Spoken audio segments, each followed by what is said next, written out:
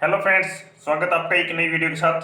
तो फ्रेंड्स, ये एक हेयर ट्रिमर है, FYC की हेयर ट्रिमर है जो भी मैंने मंगवाई है, नई है एकदम। लेकिन इसमें एक प्रॉब्लम आ रही है कि ये बहुत तेज़ आवाज़ करती है।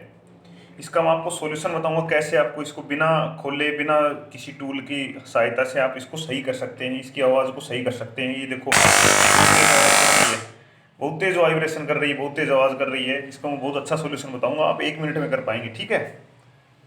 तो फ्रेंड्स, इसमें क्या है कि ये देखिए, इसके साथ एक टूल और दी है आपको, ये जो ब्रश ब्रश जिससे साफ करने के लिए होती है, ये दी है। इससे आपको क्या करनी है, इसमें जो राइट साइड में एक ब्लैक कलर का ये जो बटन दे रखा है, जो स्क्रू है, ये बटन नहीं है, ये स्क्रू है। इसको आपको रोटेट करना है, इसको एंटी क्लॉकवाइज। आवाज़ कर रही है बहुत तेज़, और इसको हम 2-3 राउंड इससे एंटी क्लॉकवाइज इसको लूज कर देंगे।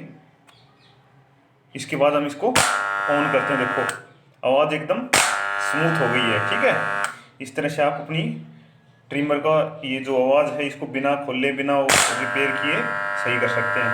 यदि आपको ये वीडियो अच्छी लगी तो लाइक शेयर और सब्सक्राइब जरूर कर देना। धन्यवाद फ्रेंड्स।